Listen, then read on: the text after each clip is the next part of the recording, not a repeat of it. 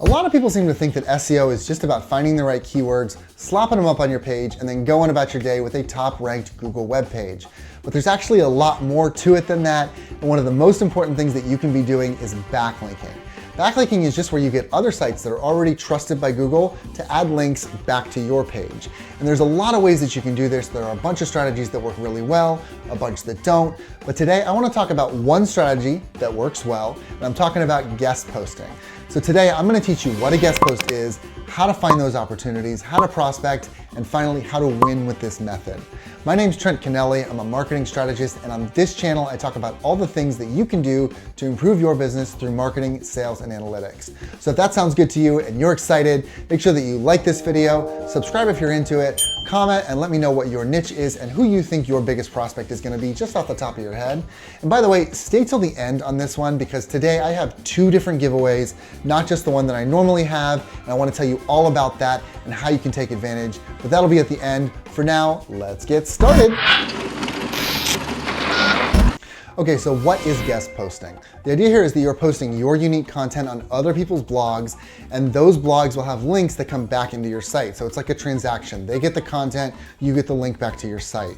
So what you need is content that is unique enough so that they feel like they're getting unique content for their viewers and their audience, while being able to be repurposed and modulated enough so that you can scale that content without having to rewrite an entire new piece of content every single time. So you need to find that balance between the two in order to make this a really scalable, fast process, okay? All right, let's jump into the process here. Okay, so we're in KW Finder, and what we want to do is we want to take our list here and we're going to export it into another spreadsheet. I'll be able to share this with you. Check the link in the description to see this. So what we're doing is I'm just going to select everything. I'm going to uncheck a few that I don't like, export it, and then I'm just going to copy it to clipboard, and then I'm going to come over to this spreadsheet right here, and I'm gonna paste it in there. So what just happened? Okay, so here's what happened. I took this and I attached a couple of search terms that you would normally have associated with it. So you've got guest post by, contributing writer by. These are certain search terms that are associated typically with this guest blogging strategy.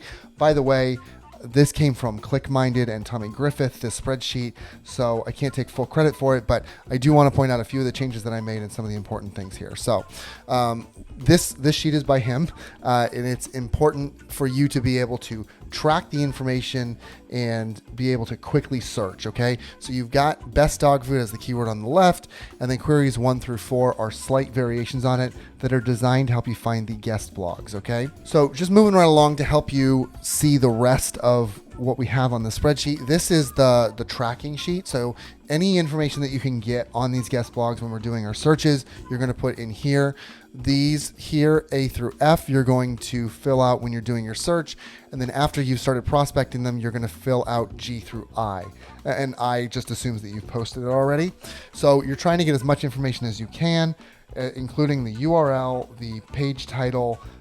Email is, of course, the most important thing because that's how we're going to prospect to them in a few minutes, okay? And then the final thing, and I added this part, is the email permutator. So a lot of the time, you're not going to have direct access to an email address. You're just not going to be able to find it.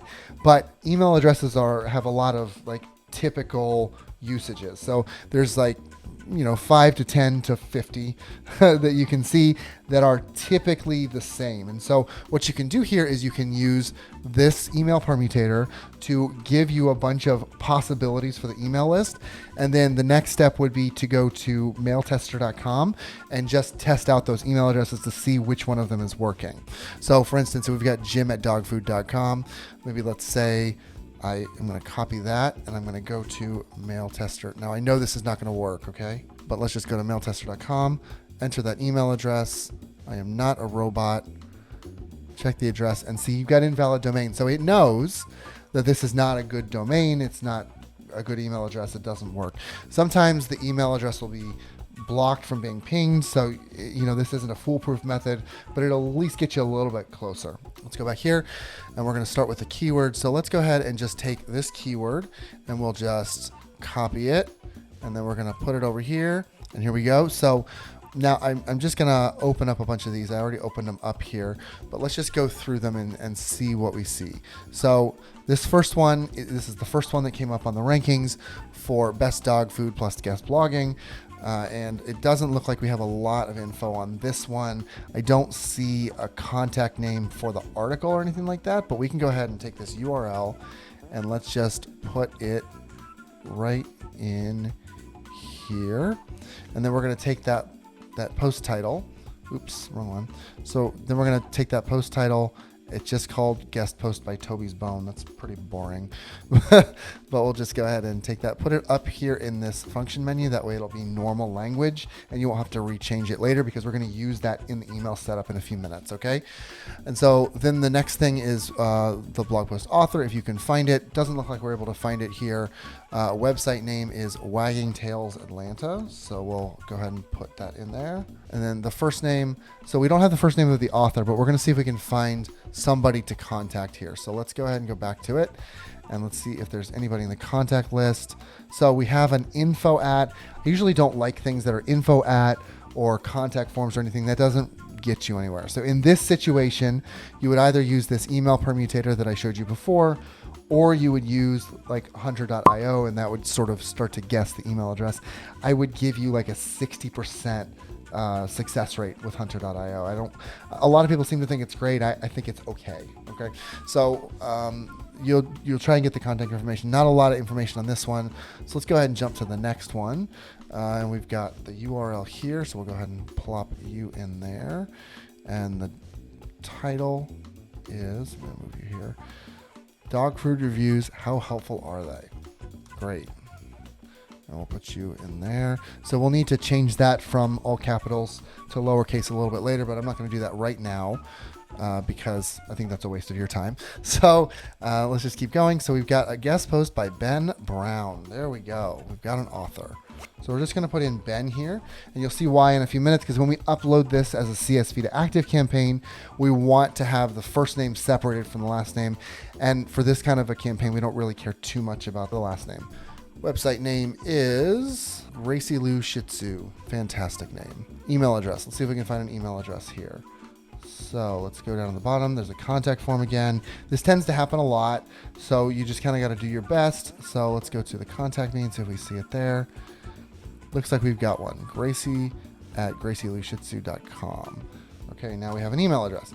So that's our email address. So now we're going to do, I'm going to just assume that we have 50 of these built out, okay?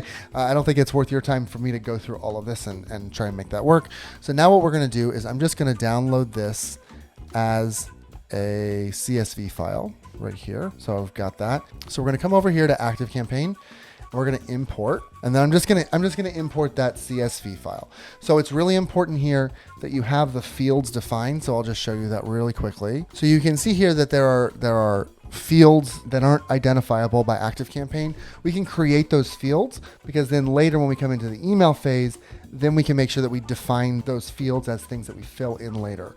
Okay, so let's go to blog post title because that's what we want to use, and we're going to add a new field. And this is going to be a text input. We're going to call it all caps blog post title. Save that. And we would import that now. So I'm going to import that, and then we'll be able to go over to the automation. Okay, so now we've got all those contacts imported. Now we're going to go to the automation. So let's go ahead and jump over to the automation here. I'm going to jump into this one. So the idea here is that when you import them, you're also adding them to a specific list. Let's call it like the backlinking list. And then they're in this automation the minute that they start on that list. So there's no need for you to wait or to drip it out or anything like that. These are people that are effectively getting cold email from you. And so you're going to send them like a one-off cold email in this way. Okay. So we're going to send an email, and it's going to look like this. Let's just go ahead and edit this email real quick so you can see what it looks like. It's just a basic text email. It says, hi, their first name, I just finished your article, and then you would put the field that you just edited here for what the article name was so that it feels a little more personal. really good. It reminded me of an article I've been working on. If you're open to it, I'd love to discuss posting it on your site. Sound good? Just shoot me an email back and we can talk. Thanks, Trent. Okay? So it's nice and simple. It doesn't need to be a lot to it. We want to keep it text-based so it doesn't feel super marketing cringy. Okay? So let's save and exit. Now you're going to do 5 of those emails potentially.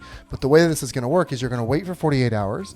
And if they have followed up with you or responded in any way, then you're going to get a notification email. Now, why do I do that? The reason for the notification email is that sometimes there are away messages, right? If you send an email to a corporate account, sometimes you're going to get a response that says, sorry, I'm away from my desk, blah, blah, blah, blah, blah, right? So that's not helpful. So what I'm doing here is I'm saying, all right, well, they say that they're away. Let's make sure that that's really true, okay? And if they're not, then you can go ahead and push them back into the automation if you need to. Otherwise, just let it play through and it'll end the automation for them. And you're doing that at every single step. So after the first email, there's a waiting period, and then you follow up, and then you follow up, and then you follow up, and then you follow up. If they haven't responded after 5, it's probably not worth it to continue, okay? And then once you get through that point, you're going to start to discuss the article with them, assuming that they've responded, right? And so the next step is to build that article out. As I mentioned, it needs to be repurposable, right? So it's not something that you have to keep creating anew every time. So you're giving them that article, they're giving you edits, you're agreeing to what that needs to look like. It goes up on their site, and then you need to go back to your tracking document and you need to put the guest post URL right in here. And that's as simple as it is. That's the entire process laid out. So make sure that you give this the time it's worth. Yeah, it takes a while to get the prospects found, to get in touch with them, and to get that blog post just right. But it is worth it in the end to get that really strong backlink. So just give this the time that it's worth. And if that was helpful for you, make sure that you download the email permutator, keyword queries, and the guest post tracker so that you can get the most out of this process, so that you can be very effective here. And now I want to tell you about the big news. So I'm going to start something totally new starting this week. I want to help one business in need every single week by giving them a free hour of consultation. So I really want to do this for businesses that are in need, not just for anybody. So here are the rules that I'm going to set out for making that happen. So just like this video, comment on it, and let me know what you thought about it. Subscribe to my channel. Then go to my website, fill out the form, and I just need a little pitch as to why you're the person who really, really needs it. And I would love to learn about what your business is and how that I can help you. I really want this to be for people in need. So if that sounds good to you, make sure that you do that. Otherwise, I'll catch you next time.